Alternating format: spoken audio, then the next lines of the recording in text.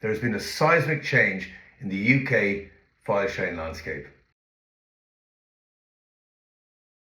Hi, I'm John Lynch, Director UK Market Development at Kiteworks. Another week, another technology acquisition. Do you know what it is? There has been a seismic change in the UK file sharing landscape.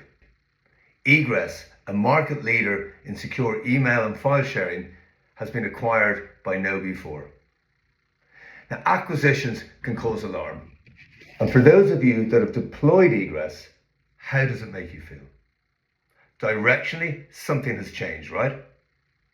KnowBe4 are a US security training and awareness company, a good one, but they're not an MFT provider. Now, what will the impact be of this acquisition on the roadmap? What will the ongoing investment into secure file sharing and managed file transfer capabilities look like given the new focus? These uncertainties pose significant risks to data security and compliance, and it's important to understand them. What do they mean for your organization, and how can you deal with them? If you have concerns and you want to future-proof your external file sharing strategy, get in touch with me and evaluate what an upgrade to Kiteworks might look like.